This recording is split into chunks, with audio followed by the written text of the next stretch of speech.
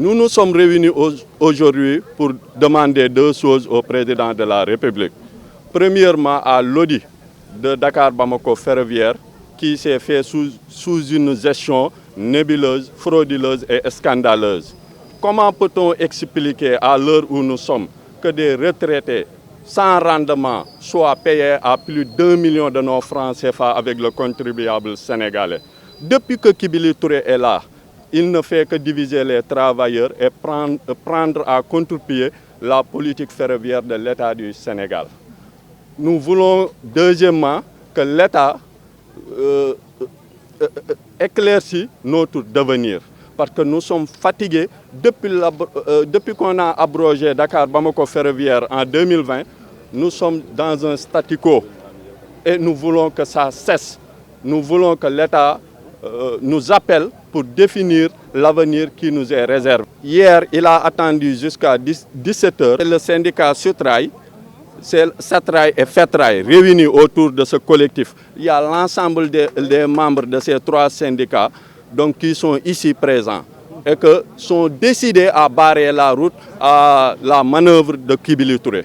Je ne pourrais pas le dire dans ce point de presse parce que je respecte aussi mes camarades. Donc tout ce que nous allons faire, nous allons le discuter au préalable et que si un consensus est trouvé dans un acte, on va le réaliser. Le départ de Kibili Touré, qui est le facteur bloquant du chemin de fer, donc ce n'est que ça et qu'on s'interpelle aussi, qu'on nous éclaircisse aussi notre devenir le plus rapidement. Tey dañoo daje pour jébbal président de la République ñaari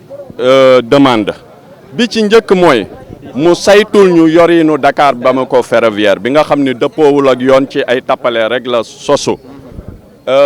bin fi nekkee ba léegi ak problème yi ñuy jànkonteel ki fi ne muy administrateur Kibili Touré lu ko neex lay def il se permet même jël ay retraités yoo xam ne jeexal nañ amuñu benn njëriñ ci entreprise bi di leen fay ay salaires yoo xam ni ëpp na million kenn ku ci ne ci xaalisu Sénégal alors que pendant ce temps liggéeykat yaa ngi jànkonteeg problème yu jafe yu metti ba pare mënu ci résoudre lu dul jël benn groupe personne boo 15 personnes syndicat 15 personnes yaakaar ni ñoom lay utiliser pour semer la confusion te loolu day dakk ñun ñi nga xam ni ñoo ëpp ci liggéeykat yi moo ñu tax a dajaloo ñu xam ni compteetuñu ci secrétaire général compteetuñu ci kenn képp koo xam ni dëgg la tax a jóg ak souffrance bii ñuy dund muy tant que amuñu ci réponse bu leer li nu bëgg daal mooy li nu nekkee ñaari at ba nu abrogé Dakar-Bamako ferroviaire ba léegi dakk ça veut dire que ni état wax ñu maintenant lan la namm ci liggéey. syndicat bi ëpp doole ci chemin de fer muy Sutrail moo ngi ci xeex bi.